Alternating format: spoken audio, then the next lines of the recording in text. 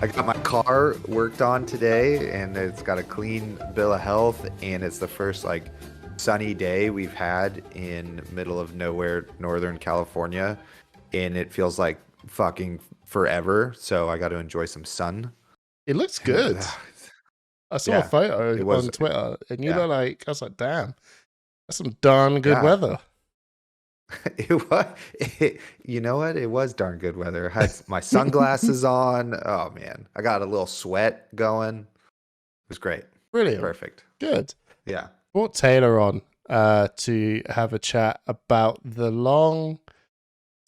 he's a long-standing podcaster with the Attack Action podcast. A bunch of dudes that I jumped in and listened to when I first started playing Flesh and Blood back in 2020. And I thought it'd be a really interesting conversation to have about if you're new and you want to get into content, right?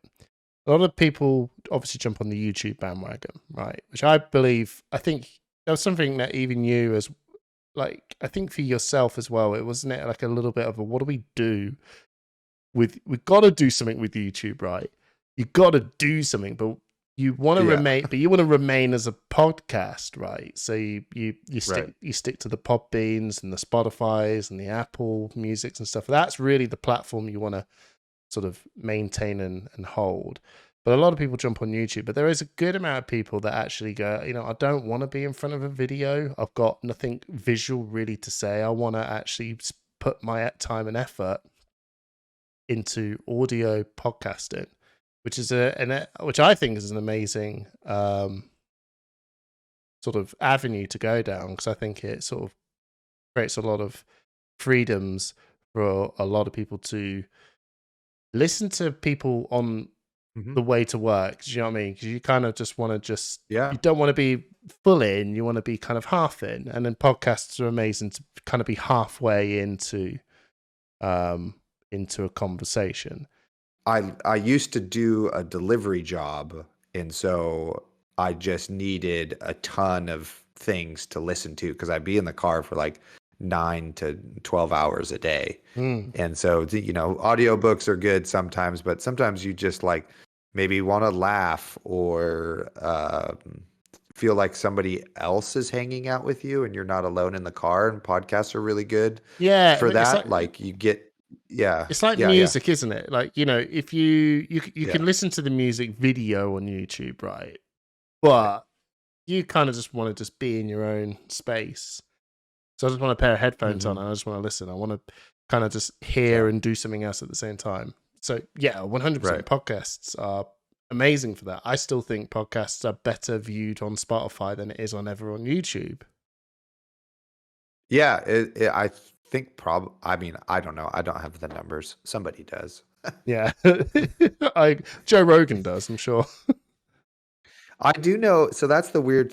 Well, okay. So I'll kind of.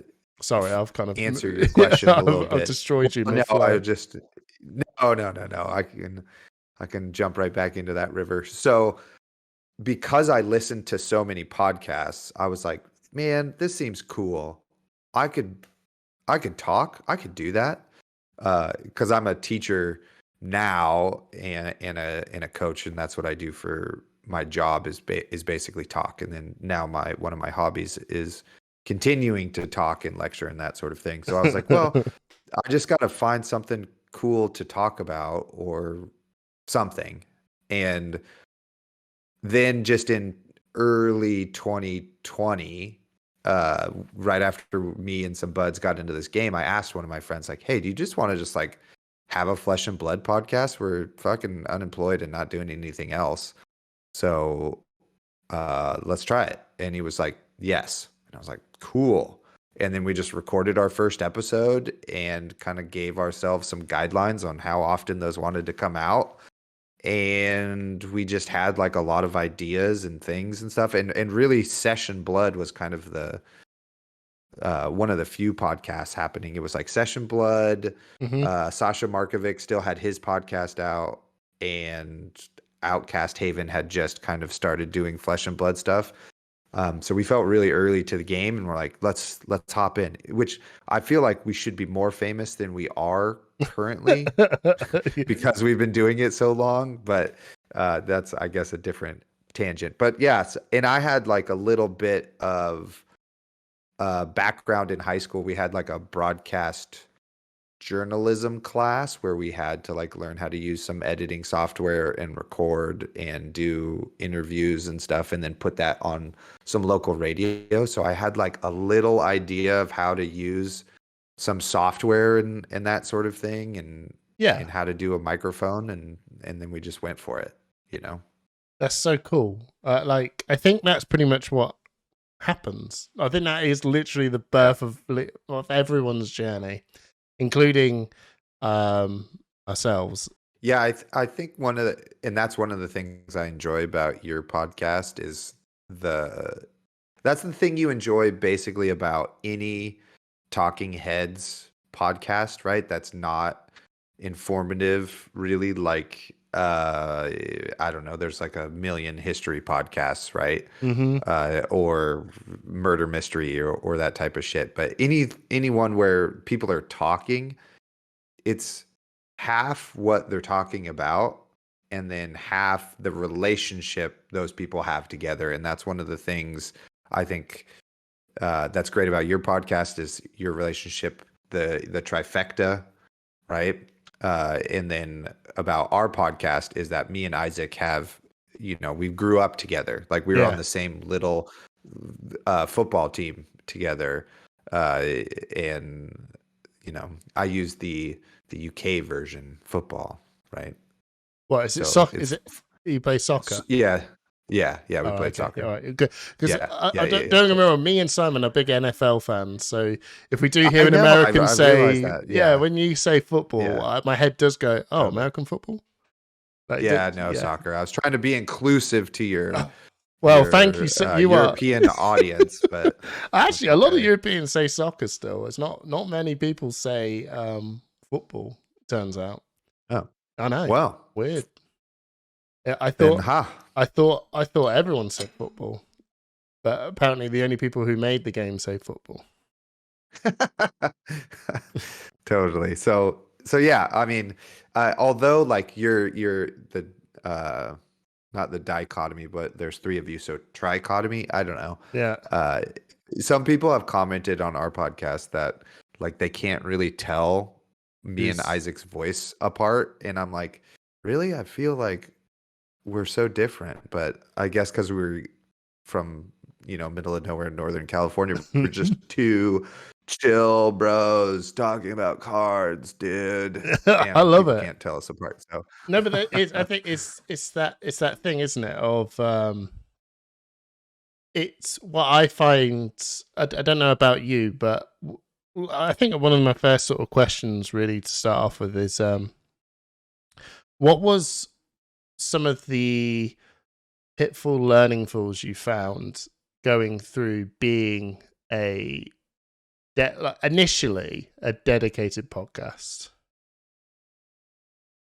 Uh, well, so initially it's the pandemic, and the Mm, last set to come out is Arcane Rising, and we go there. Just nothing is happening really right. in the world of Flesh and Blood. So right before Monarch came out, we were really When did feeling you like we jump were in? Actually, when did you actually jump in? Jump in?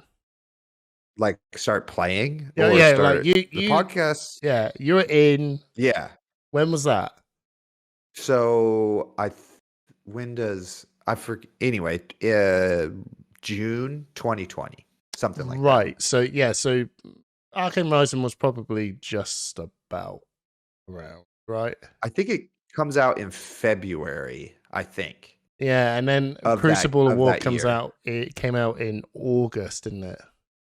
Yeah. So Fuck, we that's a long started time. yeah, totally.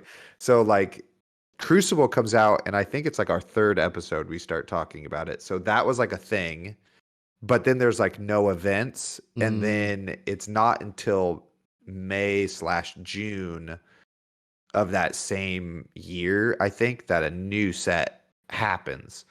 So it was pretty challenging to like make up content and that sort of thing. But Mm, also at the same time, we were just also learning the game. So a lot of those early episodes are us going on this journey of like learning the game and like trying to make our own like little battle bro tournaments where there's just four of us who are playing the game, and we like would make up. We used to have this we still do, it's at my house. We had this chalice, and we called it the Champions Chalice, and the four of us would play a tournament, but there's only four of us, so we would do weird shit like, all right, you bring two decks, or you bring one deck, and we're gonna play each other with the deck somebody else brought, and you have to play everybody, and then you get your deck back, and then you play everybody again, and whoever has the best record is the champion. right. You know, so the idea was you could be like, all right, I'm gonna bring Kano, and that's Right. gonna be really hard for somebody to play, but in my hands, it's gonna be really good. Shit like that was the idea. But Right. really, everybody just brought like a good deck, and I tried to get too cute, and I got fucking walloped. Um, then you got the chalice, and then so you could drink all of your like beer out of the chalice Oh yeah. during the next time we have a tournament and lord it over everybody. So that was like some of our content, which I still am unsure how that went over or not, doing episodes where we've reported after how some bullshit we made up went. So I don't know, Yeah, that's it.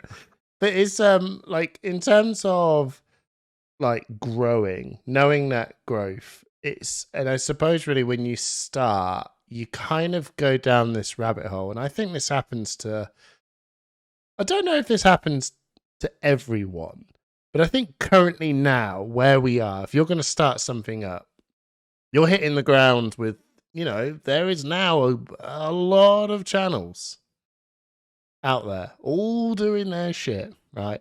But at the time, when you guys were out, it was really just like Yeah. there was really not a lot. There was really not a lot out there at all, and it's that you're probably, and I think this, I relate to this slightly because I think when I started, I was sitting there thinking, there's no one, not much is Yeah. going on.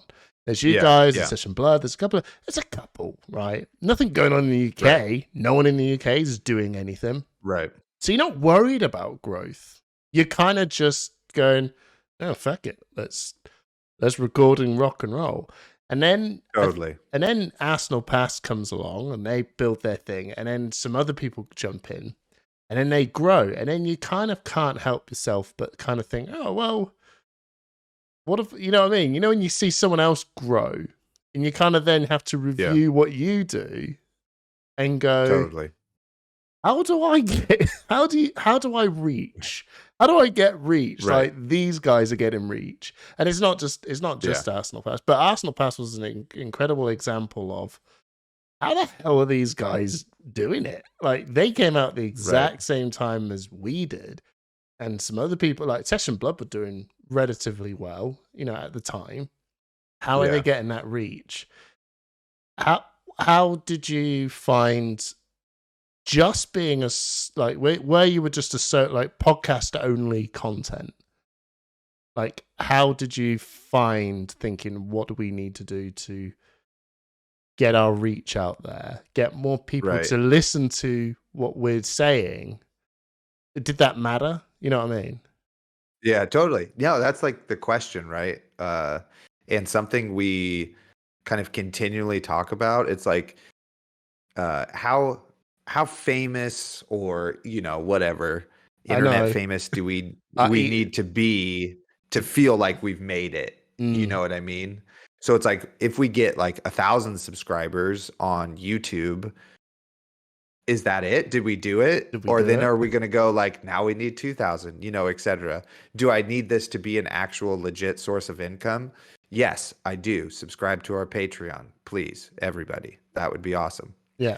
So, I mean, so that's like where, or the challenging part to think about it, because we're in this competitive card game, and so being competitive is like part of who I am, you know? I agree. So like, but you know, Arsenal Pass comes out and you're like, well, shit, now they're just like taking all of my views or whatever, you know? But But they're not. But in yeah, reality, they're growing the game, and that's better for us. So yeah, podcasting specifically is really different than doing YouTube stuff because um, it's so much more personal because you hang out with whomever you're listening to for an hour, 2 hours, and part of the thing you get to experience in a podcast is who those people are.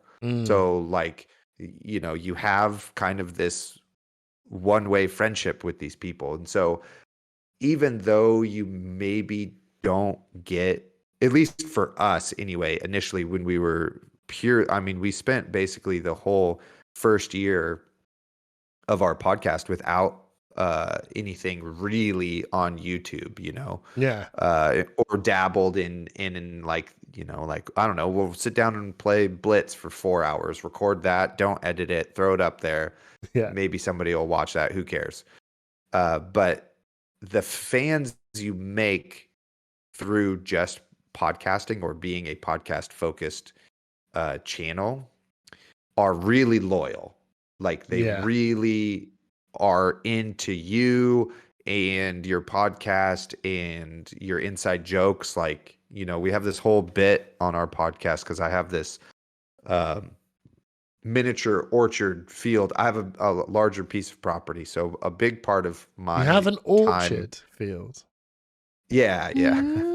All right. That's what I got these overalls on, you know, because I was I'm going to sit there saying, part oh, farmer. farmer Taylor boy. uh, a big part of kind of the beginning of our podcast, or like, you know, the bullshit 30 minutes, is I talk about as a joke my lawn care routine and mowing my lawn and my different, you know, upkeep for that type of bullshit or whatever. But you don't get it when you know, if you haven't, unfortunately, which is maybe why we don't get as many viewers, you have a 30 minutes where I talk about like changing the oil on my lawnmower or some shit. But you have to listen to the 20 previous episodes, you know, It's to get it. It's a You hard know? little thing to balance, isn't it? Because yeah, Yeah. I actually totally agree that I generally think the people who do podcasts tend, I feel it might not be a fact, and I think maybe the streaming world may also sort of tap into that as well. Yeah. That Yeah. because I think a YouTube video is very impersonal. If that makes sense. It's 100%. it's a TV program you pick up and put down, and that's kind of it. I'm here to give you something, and Right. you're not in it. You know what I mean. But weirdly enough, a YouTube video is like one of the strongest metrics of how well are we doing, if that makes sense. It's the No, weirdest, right. strongest And you're metric. like, you put out your deck tech and you're like, oh, it's the best thing. We should do more deck techs. Yeah. And then you're like, but then if I just like fucking throw some shit together and do a deck tech on it, is that what I am? that doesn't feel right. That's No, not yeah. who my channel wants to be. Exactly. You know what I mean? So in short, you're gonna probably, let's just say you get 5 people listen to your podcast, and then 1,000 people look at that one deck tech, but the 1,000 people do not give a shit about you. But the 5 people who listen to your podcast really give a shit. Like they love you. I completely agree. And most of our patrons are all born from the podcast. Like I'd probably say at easy 2/3 are born from the podcast love. They're not that interested in the YouTube video world. They want to listen to you. So I think I didn't ask the question, why do you want to be a podcaster? But I'm going to say, if that was going to be one of my questions, which we answered. Yeah. If you want to go into podcasting into a game, and it could be Flesh and Blood. It could be anything, but in this instance, it's Flesh and Blood. Don't worry about the success of YouTubing. You get a real dude, but you really do get a big personal. You get a different sort of reward, and that is cult following, or like you get real fans, like real fans. Yeah. Yeah, 100%. So if you ever wanted to do podcasting, that's probably the best reason why. And it's probably the strongest thing. It's probably one of the strongest. I mean, I've certainly, when I started this journey, you know, and we've been doing it, we're going to be coming up on 3 years here pretty soon. Oh, well done. Fair play to you. Thank you. Ours has been 2 years. Ours has been 2 years now. Awesome. Of this week. Yeah. Oh, congratulations. Oh, thank you. We're much closer to 3 here. Wow. And we've done, I think, a great job with a lot of making evergreen episodes, making episodes that are just really funny and have, you know, less content that you could listen to over and over. But we've slowly done a good job, I think, expanding. So then we started YouTube, and then we had like a YouTube show. Yeah. What made you want to go to that? That was one of the things, I suppose, is what I was going to ask is what made you go, we need to get on YouTube. What made you want to do that? Part of it was like Monarch came out and we didn't get a Flesh and Blood spoiler card. And I was like, how many content creators are there? You know? I know. We need to like, I guess, be bigger. So that's probably the biggest challenge, I think, being a specific game and having one of your, I think, the metrics that us content creators potentially use is being recognized by the company that produces the thing you talk about all the time. Mm-hmm. And part of that for our specific game is getting a spoiler or the content creator kits, which we've only gotten one spoiler, one content creator kit, which is fine. But I would say the majority of people who make content, that would be one of the metrics to be like, I made it. I'm part of the somebody has recognized me. And if you didn't, I know what you mean. And when you didn't get it, it drives you to want to push it further. Exactly. But it shouldn't. But would you agree that it's not why you do it? Like it's not why, no, but it is why we started to do YouTube stuff, because you can't. You know, we have some people who subscribe on Spotify, some through Google Podcasts, some through Apple Podcasts, some who just get it from the RSS feed and use some other third-party app or whatever. And so there's no one place where you can go and see, oh, you have like, 1,500 listeners every month or whatever. Yeah.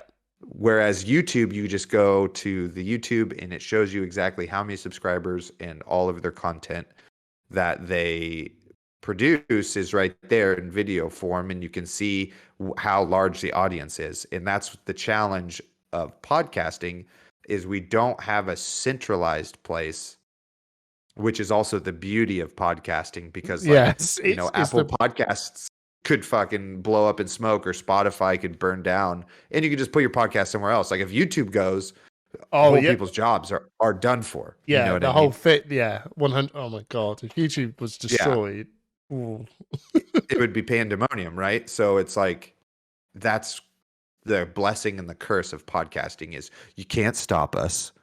We're going to be in your earballs no matter what. But at the same time, from a business, for people, right? Word of mouth is the best way. They can't go to where your podcast is hosted and see, oh, they have like 5,000 subscribers and all of these metrics or whatever, So that's the challenge, is that then you're like, well, who the fuck is the Attack Action Podcast? Like, some NorCal bros talking about the game. That doesn't sound awesome, you know? Yeah. What have they done? You know, and that's part of the reason Arsenal Pass does so well is because you're like, well, who are these people? They're like, oh, they're really good players. They're famous for their play. That's why I would listen to them, right? That's one of the reasons the Manor podcast takes off is because now all of a sudden you have the world champion as the person next to you. Yeah. So it's like, oh, hey, we're famous, you know? Yeah, no, absolutely. So you moved into doing YouTube to sort of actually kind of like, it's kind of like portfolio building in a weird way, isn't it? It's like, it's actually going, well, why not just dump our shit into another resource that gives you a quantifiable number that can, and this is the hardship of, like, some people are really good at dealing with this. Sometimes they're the dudes that don't care whether what the number is, right? But they're also, if they don't care, then sometimes you can just sort of tell that the growth doesn't also happen either. But it's fine. Some people just sort of look at it and don't care. But the dudes that really do are like, okay. And they do. And there's moments where you go and look at that number and you want to just go one way, and that's upwards. And they're like, I call it it's that competitive nature. And I'm that sort of dude, right? I am that sort of dude. I've had my, I don't know if you've been through this. I've had my anxiety induced moments of, fuck, it's not working. And then you saw, and even Twitter's all Twitter, when you're in that in a bit of a weird spot of, it's, you know what I mean? You're looking at, you can't help but compare. You can't help and just compare a bit and go, I've done this, but someone else has done this, and I'm not bothered. And I'm rooting for them. Go you! I'm so happy you're doing really well. Jesus Christ, what do I have? Have I put the wrong bait on the rod? Like what? How? What's happened? And it's that competitive nature of growth. I don't know whether that's something that you somewhat experience a little bit, and then you go back to chilling again because you go, oh yeah, like, it doesn't actually fucking matter, because you just sort of go, who cares? Shit, like something really important happens at home, and then you go, oh yeah, reality. Who gives a fuck about this? Yeah, totally. And when things are going good, part of it too is how, you know, and I don't mean to belittle anybody who's listening or watching this or whatever. Yeah. But it's like how shallow people can be sometimes, right? It's like Isaac, and maybe you saw this too because you top aided your national championship as well. So that was Isaac, 2 years ago. I'm has been now. Like 2022, it's all about your last nationals. I'm washed, mate. I'm washed. Well, but I'm sure you guys saw a big growth when I threw out the deck tech competitively. Yeah, when you competitively did well, and we did the same when Isaac was the only Lexi at in the first nationals. You know, we had this huge. We're like, oh my god, well, and then they all kind of taper off because they're only there for to learn and be better at competitive stuff. But it's like that's the challenging part too. Is like you'll get followers, but they can be very shallow, and that's also hard. You know, is like how do I remain relevant? Totally. How do I remain like? Why do people need to come in and do it? You know, and I hear you because that was when we started out, and I think I don't know what your golden rule is, but we've got a golden rule with our content.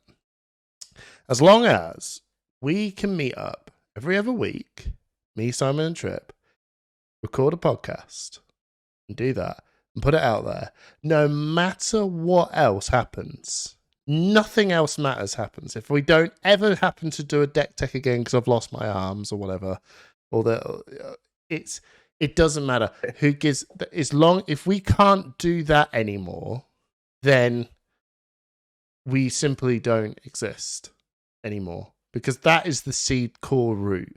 And then everything else that we do is just whatever we want to do, because we want to be creative. We want, if we decided we wanted to do a deck tech, I wouldn't want to make a video for the sake of making a video. I want to make a video because I want to make that video. I want to, like, I don't want to just make, even though I know that the one thing, and I'd said this on our podcast the other day, the one thing we're committed to doing is our worst viewing stuff.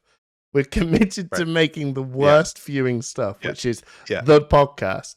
It does not get the views at all compared to, I will make a deck tech with shitty McFace, right? Who won my favorite hero. Yeah, no, he's a dude from, I don't know, somewhere in Europe. Shitface, who played player. Yeah, my favorite, my favorite Portuguese player who played Briar. Right, I don't know. Muck Shitface does one with this, and I'll just go, cool, I'll bring it on. And bam, 1K views. Boom. There you go, 1K views. Yeah. Why don't you just keep doing that? Right? No, because that's not. Boring. It is boring. It's not fun to make. Well, I don't know. It wasn't boring at the time because I wanted to do it. But if that's all I was, the scope feels very limiting. Whereas meeting up with your friends to have a chat is literally the best stuff we ever do.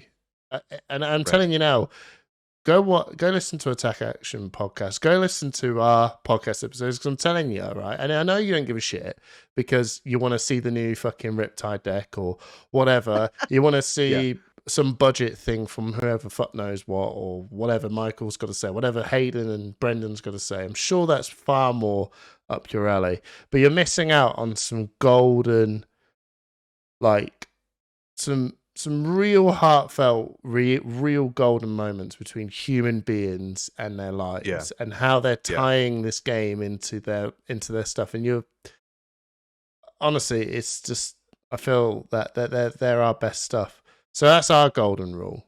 Continue to meet up every other week and do our podcast no matter what. No matter what. What's your golden rule with yours? That's a long way of saying that question, isn't it? Yeah, totally. No, I mean, what is a podcast but words, you know? We have our mission statement. Ooh, right? There you go. Yeah, totally. You guys are so like American. Like, I love it. It's like, what's our mission statement? What is our mission statement? No.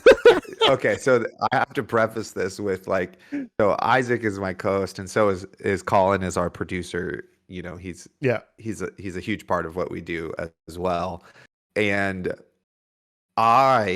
and this is not anything against them, but they are chill dudes. And Isaac is like, I'm going to do this because it's fun. And Colin is like, I'm also here because this is chill and cool. And I am like, we need the views. We need to be the greatest Flesh and Blood podcast in America. You're the pusher. Try hard, You're the driver. Person. I'm with you. I was like, we need a mission statement, a vision statement, and we need to have monthly production meetings, etc. Oh, so, like, right. Yeah, I'm not that Colonel Sam. Well, I mean, the production meetings are great because it's a nice time to hang out. But anyway, so like, to think we're so American, it's really just me being a little bit more type A than my friends. Yeah, really. No, I hate it. But I think that's one of the strongest elements of, if you're going to sit around doing podcasting or just content, it's having a good. Yeah, I feel like you're more successful. It's harder because when you got with a team, I think it's having a good solid team around you is, it means you can sort of delegate work, quote work, but right. the content tasks, enjoyable content, creative tasks which is good fun. but it also at the same time you are working as a team, and teams are harder than working on solos. But Yeah, totally. yeah. But I I mean, think having that team is pretty solid. yeah, and it would the podcast, the YouTube, the stuff we do would not be as good if it was just one of us. We are for sure the summation of all of our parts. But I did potentially want to read our mission statement because I now have it to be able to be Please pulled up read because me. I need this to is hear our it. golden rules or whatever, or how Go. we view our podcast. So it's three things. It's to create a successful, fun, and informative Flesh and Blood podcast, to foster a healthy community based around the joy of the game, and finally, to continue to contribute an invaluable resource to the Flesh and Blood world. Boom. And you're doing it. We're doing it. We're nailing it. There you go. You know? That's Yeah. it. And there's that is success, surely. If you're able to do that and go, am I happy? Do I feel when I think happy is kind of a bit of a trigger word. Is this bringing me content? Fulfilling. Yeah, content and joy. Yeah. Yeah. Am I passionate about doing these mission statements? If the answer is yes, I believe that's success. Well, it is. Yeah. Success will die eventually, but then you can go, cool. When it's done, you'd look back and be proud of it. Totally. I had kind of a similar thought. I was on a road trip to a Flesh and Blood thing with Isaac, and we live in rural California, and we're driving to the city, to the Bay Area, the San Francisco area, and I'm sitting there looking at all of the houses and opportunity and people to have a community. And I sat there and I said to him, do you think you would still be happy if you just had your exact same life, but it was here? Is that what you need, like, to be part of this like larger urban environment with all of these restaurants and art and theater and traffic, etc.? If you were still, would your life necessarily change? And are some of the aspects about, like, what I'm getting at was, I decided no, because a huge part of what brings me joy is the fact that I don't have to deal with being a part of a larger urban environment. And so the metaphor there for the Flesh and Blood stuff is, do I want to be a Twitch streamer where I'm on there 6 hours, 5 days a week, and I'm just playing a game and kind of talking to the internet or whatever? I don't think so. I am very happy with what we're doing, but the caveat to that is, if for some reason our podcast became large enough to where this was like a part-time job's worth of income through whatever means that is, whether that's Patreon, sponsorships, or whatever, I think I would still enjoy it, and that would be really fun. You know? I think I don't know whether see, I'm not sure whether I suppose really it's if it depends what the context is. Is it something that someone sold you to go, can you do this and we'll pay you money? And you go, yeah, okay, I'll do this. And I'll get paid money for it. And then you go, no, it's not really born out of love. It's kind of just like money made me say yes. So I've got to do the dance, and I've got to go and do all this shit. And you're like, oh, fucking hell. Whereas this is no money. It's just literally like, there's nothing. So you kind of just go, well, cool, I've got nothing to fucking lose, right? It's literally just creative. It's just creativity for the joy of creativity. And I suppose the biggest luck, I think, what will come about is if somehow you were lucky enough for people to go, I really want to pay for your laid back creativity of doing whatever it is you're doing. And you're like sitting there going, fucking cool. I mean, sure. I mean, the odds of that is like minuscule. You got to be like insanely whatever. But at the same time, I think you got to put the foot on the gas to make certain choices and aspects not fun to get to that point. And I think I've seen a lot of YouTube, but especially Flesh and Blood YouTube channels, I think they have to go through this very monotonous grind. And I've noticed that and I haven't felt like I had to do it. A lot of my choices were based on just the creative moment of going, oh, fuck, that sounds really cool. I'm just going to go and fucking do it. And then lately we've seen our numbers go up because, funny enough, if you put out 3 or 4 videos a week, YouTube likes that. And then all of a sudden, and you don't know why, but your subscriber numbers go up and your views start to go up a little bit more. And you start to go, oh, what have we done? Oh, you just got more creative and wanted to just throw more out rather than going, oh, I'll do 1 video this week. That'll do, right? And then, oh, I'll do 1 podcast this week. That'll do, right?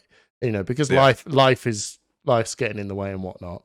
So I've noticed that the ones that have gotten really big have actually had to go, bam, bam, bam, bam, bam. Here you go, here you go, here you go.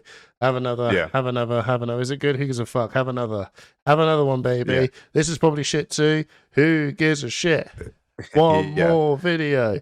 One more. And you're like, fucking hell. And then you actually just see them go, all right, we're risen now. And then you actually see them go, and we're going to stop feeding you shit. You know, they got there. Then they go, and we're going to stop feeding you shit. I think that's actually what you can't help when it comes to YouTube or anything like that. That you got to do that. But if you do that, do something that you're actually going to like. Right? Just commit to yourself to just go. Yeah, I'm going to have a moment of smashing the hell out of videos, and it'll probably do the algorithm well. I tell you what, that's the most horrible bit about it. It's you come in and you're a slave to the algorithm. And you come in not being a slave to the algorithm. You come in like, who gives a fuck, right? I'm going to just hit record and here we go. And then you get the bug of, people like your shit. And you go, okay, I want to. I'd love it if more people would like this. Welcome to the algorithm, baby. You better fucking play our game. And you're like, oh, I don't want to play a game. Well, you ain't going to do well, are you? And you're like, yeah, but I want to do well. Well, you better play the fucking game then. Totally. Yeah, that's why I started like streaming on Saturdays, because now it's, which sorry to everybody who missed. I didn't stream on Saturday because I was at a wedding. So sorry, but part of the reason I started doing that was, I had a little bit more time, and it was something we weren't really doing regularly. And I was like, I don't know, let's try to do it, and I'm actually really enjoying it. So I'm going to keep doing it because it's basically like podcasting, but I'm also playing the game at the same time, you know, and I have no clue if I'm entertaining. I'm trying to win my game on Talishar, but more people are starting to show up, and so maybe that's because we're more consistent or what have you. It is consistency. If they know you're going to be there at that same time in that same place. If I know, like Mansan started to stream a bit more, and I just know, you just sort of just feel when you jump on and you go, oh, it's there again. Yeah. Okay, I'll jump on. Maybe for 5 minutes, but if you're going to keep showing up and doing it, you are. Yeah, totally. Like Tommy Fresh does his Wednesday night, the Bud Rush Bellows. Shout out to Tommy Fresh. From Fresh and Buds, and so I tried to tune into that, and because it's coming. Because I know it's coming, and because it's good. Yeah, that's the other thing. Is because it's very much. I think that's a great example of trying to do like a YouTube-y thing for success, but it's very much still him and his brand, and that's what's great. You know what I mean? Like, I don't think we're gonna do like tier lists or top 5. Well, we actually are going to do a top 5 situation here pretty soon, but it's not what you think. What's his top 5 shit? What's Well, I don't want to. Oh We're just well, gonna do our you're probably going to favorite get this out artworks. before. Trust me, we're 52 Favorite. minutes in. I know for a fact, like the one person is probably in now. Yeah. Okay. Good. Perfect. Thank you. We're gonna do our top 5 art from Outsiders. Oh, that's Is like cool. the thing we're gonna do. Yeah, Yeah. that's cool. Totally. You Yeah. got, but you know, if you want, there's two things that you need to get views. You need the Mr. Beast arrow in your thumbnail, which is just an arrow pointing at something, and you need to have a tier list. Just put that tier list Yeah. program somewhere. Views. That's it. Views. Just views. Yeah. I've never done a tier list thing in my life. I feel no, and is this bad? Actually, it's nothing personal. Don't take it personally. I have this, and people will probably say this about deck techs. They'll probably go, "Oh, it's a bit, feels a bit sellout." Okay, yeah, fair enough if that's how you think. I think tier lists, and like I said, don't take this personally. I don't think I'll ever do it because it feels like I've sold my soul. Does that make sense? I feel like when you see that little tier list thing, it's like it's a little bit like it. Yeah, it's something. I would There's a vibe about it that just makes me go, you know, it works. Yeah, there's part of it has to be like pride. If we're gonna have well, if we're gonna have actual like discourse around. Sorry, my dog's sleeping under my desk and it's getting fussy. If we're gonna have a discourse around like why we're putting this in S tier, A tier, B tier, and it's gonna be an actual like fun discussion, then I would do it. Yeah. But if it's just like, I don't know, this is my opinion and I'm gonna put it out there, then that's just not who I am. And if that's who you are, great. Do a tier list every single week. You know what I mean? Yeah. Maybe that's my pride. Maybe that's my worst side of me. Of where I kind of look at some bits and go, no, you know, I don't want to. It's like I swear doing content is very similar to being like in a band, right? If you're in a band, you're making a band up, you got your buddies and you're going to jam, and then you see all the other guys in your local town also being in a band. And you're all playing in the same little shitty places, but someone is headlining. And you're going to be a bit jealous. Why are these fuckers headlining? They're playing the same old shit. Some other fucking crap ass band that's popular do. I want to play sludgecore, snail stomping, like dropping shit, right? And no one listens to that shit. No, but no one listens to it, do they? Like, bleh, bleh, bleh, bleh, bleh. And then some guys are like, I'm going to sound like Bring Me Here the Horizon. And you're like, yeah, well, all the emo girls love Bring Me the Horizon and Architects and all that sort of shit. So you know these guys are going to get all the fucking fans. And we want to sound like fucking Cannibal Corpse and Suicide Silence that no fucker wants to really listen to. But we're like, yeah, but it's really fucking cool, man. And then you see, and I was like, that reminds me of the whole thing of when you see people do that. And you're like, yeah, but you could really love this music and you could actually genuinely love writing this stuff. Just like people go, I really love doing tier lists. It makes my fucking day. Tell you what, cool, good for you, right? Yeah. Problem is, you've got this stigma about it where it just feels easy. You know it's going to be popular. You know it's going to fucking work. Yeah. So you're already the headliner act, right? And poor Mr. fucking sludge stomping, snail kicking. I don't know why it's snail kicking, but you know what I mean? The Suicide Silence or All Shall Perish or whatever, the Whitechapel guy who's opening the setup, who's actually got some music that's like fucking way more original. It's like, yeah, these guys actually are going out there to sound really different and really make a mark of who they are. Well, they'll never get a fucking headline out, will they? They'll never get the thousands of views because it's just not viewer worthy. So then you go, oh, do I have to start sounding like them to get the headline out? Don't do it, anyone. Just don't sell yourself down the river for the views. Be who you are. Be that creative person. Don't follow the templates. That's me. Yeah.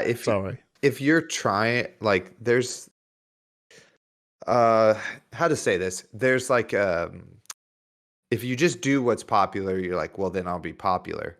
But it's like, No, that's luck.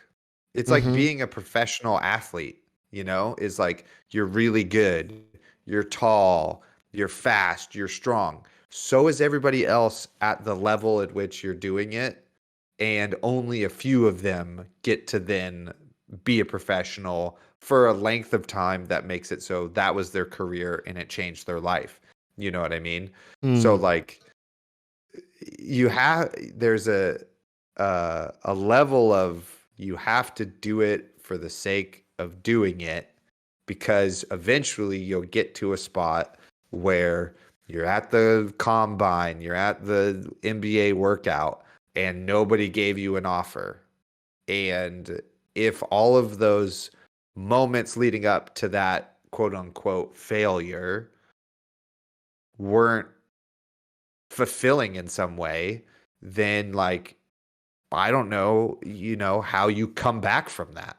You know what I mean? Mm. Like, how do you deal with then like, well, shit, like I worked out for the Lakers, the Jazz, these 12 NBA teams, and then now I am gonna go home and not be a professional athlete, you know? Yeah. Like if you were like, well, I just wasted all of my 20th year of my life, then I don't know what I'm saying now, because we're just podcasting here, but 100%. the point being is there has to be some level of enjoyment involved in what you're doing. Yeah. And Why? I Unless you, why? yeah, I exactly. don't Why? know. No, exactly. Yeah. Why? Unless you Yeah. actually Yeah. turn around and went, you know what? Doing a fucking tier list thing really gets me going.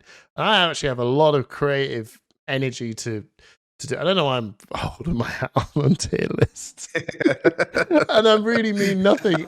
I will turn I around and say I'm 2 beers in. I'm talking hella shit, right? But I can't wait for Trip or Simon to just be like, you know what, Hamish, we should probably do a tier list. no, And you're just like, oh, fuck me. no, I'll be like that. No, on your fucking. I tell you what, you do it yourself, right? Never me, right? That's like me playing Blitz. Get to fuck, right? I'm not playing Blitz Blitz. is what a thing that is. Oh man, Gosh.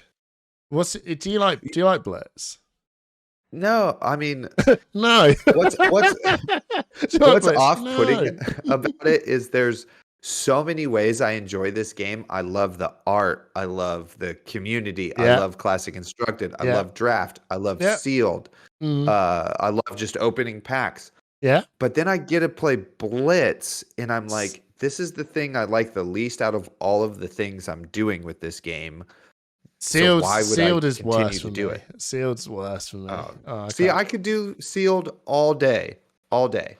I'd rather go home.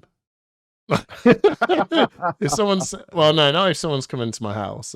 But no, even if they did, I'd be like, nah, keep your packs. Unless they said it's Arcane Rise. Unless they said it's a first edition pack, I'm going like, okay.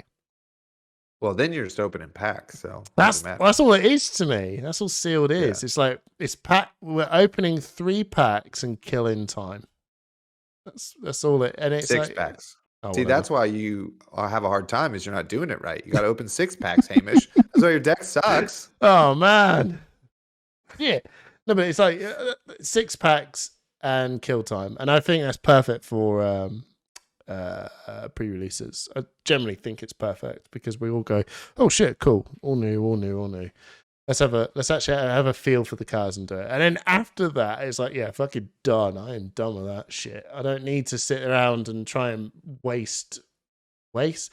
spend 3 hours of my 6 cards, and I never got anything good out of it. But let's, you know what I mean? Totally. I don't understand. I couldn't understand doing it on a regular level for no sort of reason otherwise. Blitz, on the other hand, I'm like, I kind of had these moments where I go, I hate this fucking format. It's so I don't. It's not my jam. It's fine, but it's not my jam. And then I forget about it after about 8 months and go, oh, I'm sure it's maybe it's fine. Play 2 games and go, oh god damn it, this bloody game.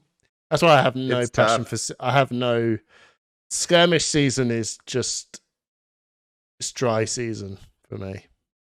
It's when everyone's like, yeah, let's go, and we're going to talk about the skirmish decks. I'm like, bro, I don't care. Seriously, just not really not Well, it's bothered. also like it's just such a weird. The Blitz format is just so weird. Like the draw of it being this fast kind of explosive bit of the game is maybe what's appealing or something like that, or just like trying to break the format with 40 cards is maybe what the appeal is. The best bit is just having your deck and not doing any sideboarding. That's literally the bit I'm like, oh 100%. My god, here you go, cool, done. It's like, fucking I love this non-fucking aboutness, and shit, did I leave that card in there? You know, non-fucking aboutness. Yeah. Yeah, it's great. Yeah. That's really appealing. But then you're like, fuck, you're playing Prism? Like, fuck, you're an Icelander? Oh, Reiner? Yeah. Yeah, totally. Like, okay. If you say so. That is hard as a hard hurdle to get over, especially because it's a best of one format. That shit could be best of 3, like, for sure. I actually would love it if it was best of 3 and you had 11 or 10 cards, and it could be any sideboard. You know what I mean? Like it could be equipment or cards, and there's only 10 or 11 or whatever. Yeah, and I think this sideboard in and out. Yeah, I think that's the point of where I'm like, I think a rest easy. And this is why I love the game. A rest easy, knowing that the game is built for CC. The actual. The card, what we're doing is that we're actually playing with a bunch of cards that's tested and built around CC. The power level of 40 health with 60 cards and 3 copies of it. That's the power level of what these cards have really been designed around. And then they go, yeah, well, fuck it. Why don't we just have 20 health and 40 cards, right? But the power level of the cards have not changed. Oh. Right. Oh, okay. Yeah. So we end on turn 3. Whoa, how's that? It's like, bro, because these cards are designed around the power level of 40 health and a 60 card deck and 3 copies of them, right? Yeah. The second you remove like half their health, and then every single powerful card at the start of the game is there at half health. Yeah. Let's fucking go. Let's see if I can annihilate you on turn 3. And that's literally that's why Rhino and Icelander and all these other heroes do so well, because they actually spend like 20 minutes of the game getting you to the point of fucking 20 health, don't they? And then they go, cool. Now you're in my now you're in my world. In the CC game, you're in my world of actually winning the fucking game, because I've got Storm Striders and Rhino's got Blood Rush Bellow, but Blitz is let's go. We're here. We're here straight 100%. Into win mode, and you're just like, yep. All right, okay. I guess. And if you're not that hero that's trying to get them to that point, then you're fucked, aren't you? And that's there's no way around it. You kind of maybe I'm looking at this all wrong, but I don't know. I don't know if you've done this. I've dabbled into Commoner. No, and that actually because Flesh and Blood is a good game, that power level for 40 cards feels better. Game is a little bit longer, and it's less degenerate, and the deck building I felt was more fun and creative because of the constraints it puts on you. Yeah, maybe I'm saying this probably. Maybe you've explained that in a much more proper, elegant way. And in my way, I'm going to say it's like, so basically you've got to try and make a deck with a load of shit, right? And you've got to throw shit at each other at this time, not power, which is cool, right? But there's a bit of me that just sort of just goes, I can just play CC. Like, or and I know maybe, and this is the nature of me, of what I want from the game, not the me of what I want to give my audience in my channel. Like, there's me and what I want, and then there's what I want to sort of talk about and deliver. And I have 2 different sort of passions of where I actually get very excited about Commoner and Blitz to enthuse other people to actually look at the game to like, because I think I'm actually looking at it going, no, actually, this is really interesting as a teaching tool of how can I, if I was, because I used to do this, I used to be in a convention with my club that I've been doing for like 13 years. And we would go, right, we're going to this convention in a city centre in Milton Keynes for the weekend. Our club is going to bring three games to sort of just stand in the middle of the shopping centre and demo to sort of showcase what it's like of the nerdy places of the UK and sort of showcasing the board game, tabletop sort of stuff we've been doing, right? So we've got to bring a game down and we've got to sort of teach people how to play the game. So I've been doing that for however many, a decade, right? Sure. So that's the bit of the content creation side. So even though you're hearing me saying I fucking hate Blitz and Commoner's boring and throwing shit at each other, blah, blah, blah. That's just me, right? That's just me. Yeah. With my collection, my enjoyment of the game. But I look at this sort of stuff and I go, I'd certainly love to know how and learn how to do this, because I really want to actually imagine if some person in the shopping center, that's how I look at it. If I had to take this to the shopping center in the convention hall and I want to show someone how to play Flesh and Blood, I would want to build it this way. How would I be able to teach someone to play this game through doing all this sort of stuff? So as a content creator, I actively encourage people to do Blitz and Commoner, because it's a really simple way for me to teach people how to get into this game. And it's quite fun showing people's amazement and then go, oh, and you go, oh, Totally. Yeah. You see, that's what I got. That's what I got when I fucking saw this shit. I'm like, oh, so if I do this, if you do that, followed by that, you got it, then shit, and it's like, is that it? That's the game, bro. And you just did a combo of all this sort of stuff. It's like, fuck, and you can see them just go, this is a really cool game. And I'm like, yeah, that's it. Welcome to the fucking club. Subscribe to Push the Point. Now fuck off. Next. So the community in Portland, Oregon has done this cool thing where they are doing, I don't know if it's still going on because I don't live in Portland, but they're doing a commoner crawl. Fuck, it's so cool. So they partner with like a different brewery in the area. Oh my god! All right, that dude. Everybody shows up with commoner decks. You pay your $3. You get your beers. There's a prize pool. It's the only time I would play commoner. Yeah, totally. Right? Yeah. It's like, oh yeah, I would totally go down to the pub and freaking pay $3 and play commoner and drink beers with like 30 other people and teach people how to play the game for the first time for the first 45 minutes. 30 people that don't have kids. That's how I look at it. Yeah, that's also the key, is don't have kids. I don't have kids. That's a good move. Yeah. I do have kids, so you can't do a commoner crawl. You just wish you went. Well, once your kid's old enough, you just bring them there. Yeah, I'm putting a lot of emphasis on James White, Flesh and Blood, LSS, anything, right? Keep this game going for another 10 years, and then I'll be able to do Commoner Crawl. My daughter will be 13, my son will be 23, okay? I'll actually, I can actually just go travel around the world. Can't wait. Totally. And your kids will be the next, Michael and Michelle Hamilton, and then you'll also be able to retire. We'll get my son will be the new Brody Spurlock, 17-year-old dude. Yeah, but I tell you what, smashing it. Absolutely smashing it. It seems so fun. It sounds like a weird point, but I've unfortunately, I think I've got to put the end of our conversation. How would you like to wrap up this really actually incredibly enjoyable conversation? Totally, I had a great time. Well, I guess thing could have been better. Huge thanks to you, Hamish, for having me on, and to Trip and Simon. Me and Simon share a connection because we both have mustaches. Yours is very. You're both.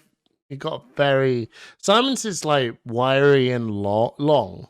Yours is. His is long. Yours is deep and thick. Thank you. Yeah, I get that a lot. Yeah.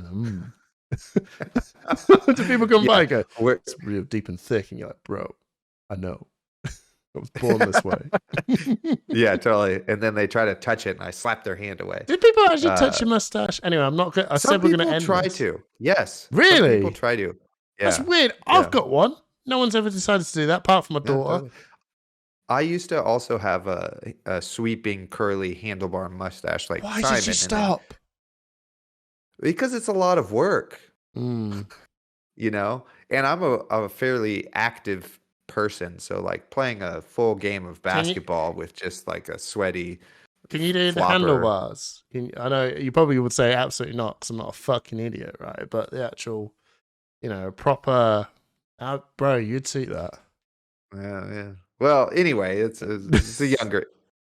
When I had that, when it was curled, people would be like, "Oh, can I touch it?" And I'd be like, "No, I put wax in it and stuff. Don't touch my face." People Yeah. do that with tattoos also. Oh, I But you have know. tattoos, so I know people are like touching your arm, and you're like, "Stop touching me." It's only when they're Yeah. it's only when they're pissed up in the pub, man. In real life, that no one's actually that much of a freakazoid. But yeah, when I'm out, even when I'm even at work, it's just people like because I've got completely two almost full sleeves, and they go, "I'm gonna put Did it my arm on hurt? my arm." Yes, No one it hurt. fucking cares, bro. I tell you what's really weird, which you probably no one has ever seen, but I've got big old. Oh my god, the amount of fucking people like, no, put more. Yeah. Right. Ugh. When I literally tell them, if you want your finger to stink of cheese, go for it, right? Or Yeah. and two, it's my fucking ear, so please don't. Yeah. It's on my person. But no, I hear you, Yeah. bro. But you and Simon have got that amazing affinity because you're amazing mustaches. Totally. And we're great people. Of course. Of course. So thank you to your podcast for having me on. I really appreciate it. And then go follow what me, Isaac, and Colin are doing over at the Attack Action Podcast. We got a podcast. We got a Patreon. We have a Patreon exclusive podcast. Whoa. Where we don't even talk about Flesh and Blood now. We just talk about our other interests as people. And the reception of that has been pretty good. So we got that going on. And just check us out. And then if you like it, subscribe and tell a friend. That's all we really want, And, speaking of, because we've talked about podcasting a lot, one of my absolute dreams is to do a live podcast in front of like an audience at like a small theater in some sort of podcast festival or something where you can do one of your dumb fucking inside jokes and a crowd of people are like, woo, or some shit like that. That would be cool. Well, you should try and get on. We did. It was kind of like that, but it never really wasn't. But it wasn't quite like that. We did a Push the Point live. We've managed to been lucky to get that on each UK nationals of where we stream, and then we actually hijack the whole stream with us talking and watch the stream numbers go and just drop them and go. Wait until these fucking three idiots leave, and then we'll come back to actually. But yeah, I hear you, dude. Thank you so much. You owe me, so now I've got to jump on yours. It'd be really cool to actually. No problem. Yeah, it would be. I can't wait to jump on. I'll have Simon and Trip on first, and then we'll have you on. Yeah, absolutely. So it should be no problem. Yeah, it's only fair, right, bro? Taylor, thank you so much. Oh, thank you. Love it.